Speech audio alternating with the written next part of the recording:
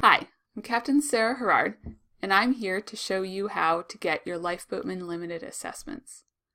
I'm an approved qualified assessor and have trained and assessed a long list of folks for the Lifeboatman Limited rating. In this video, I'm going to talk you through how to complete the Lifeboatman Limited shipboard assessments. Here are the topics I will cover. 1. What are the assessments and where can I find them? 2. Who counts as a qualified assessor? 3. I'll walk through the record of assessments and you'll see a discussion of how to complete each task in the shipboard environment. You can find the Lifeboatman Limited assessments in a document issued by the U.S. Coast Guard called a Navigation and Vessel Inspection Circular, also referred to as a NAVIC. This particular subject is covered in NAVIC 04-14. You can look up NAVICs online in your search browser. Type the whole phrase NVIC 04-14. Your first hit will be the full PDF document issued by the Coast Guard. This document is 47 pages long and explains all the details you should need to get your Lifeboatman or Lifeboatman Limited. I'll be breaking down some of this information during this video. Contained within NAVIC 04-14 is the required assessment sheets for your domestic Lifeboatman endorsement. You should print the 5 pages of the record of assessment and bring it with you to your vessel. This is where your assessments will be documented by your captain or mate. Vessel operators, captains, and trainers should consider keeping blank copies of this on board to provide to your crew. Now that we have found the record of assessments, we'll move on to the next topic. Who counts as a qualified assessor? According to NAVIC 04-14, a qualified assessor for proficiency in survival craft assessments, or lifeboatman, should have shipboard experience on vessels of at least 200 gross registered tons, as an officer with assigned duties as the person in charge of a lifeboat, or survival craft.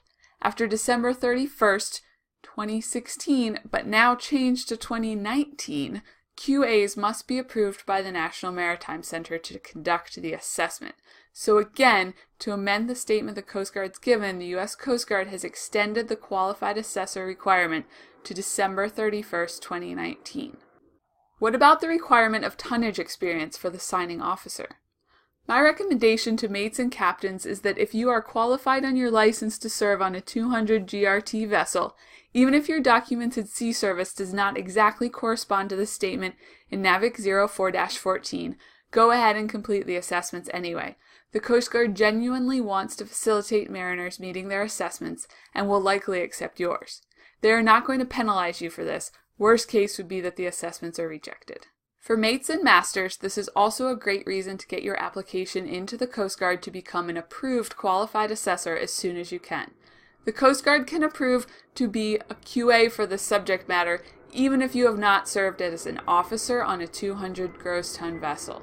Next, we will go through how to complete the record of assessments. I'm going to present this in a way that I hope will be useful to both new mariners and experienced assessors alike. I will refer to the new mariner, or the person being assessed, as the mariner, and the captain or mate signing off as the assessor. Starting with page 1, the mariner should print their name as it will appear on their credential application with the U.S. Coast Guard. If you don't have a mariner reference number yet, leave this spot blank. Now, on to page 2. Here, the assessment process begins. For starters, the mariner should read through these tasks and work to gain competency in each of these shipboard responsibilities. A few of the tasks will need guidance or explanation. We will get to those soon. This explanation is geared towards mariners seeking their Lifeboatman Limited, so we're going to talk about tasks that apply to Limited and both. We'll skip any that say PSC. I recommend putting a line through the PSC tasks on your assessment sheet right away. Any task with the word exam next to it means that you don't need to complete the task on board. These tasks will be covered in the online AB course during the Lifeboatman Limited exam, or on the U.S. Coast Guard exams if you test at a regional exam center. To the right is a list of each specific task that you will need to be assessed on for your Lifeboatman Limited. Assessors can find a guide to assessing each of these tasks in Enclosure 2 to NAVIC 04-14. This is where I've gotten the information I'm sharing with you. Another note for assessors is that many of these tasks may be standard operating procedure for your vessel.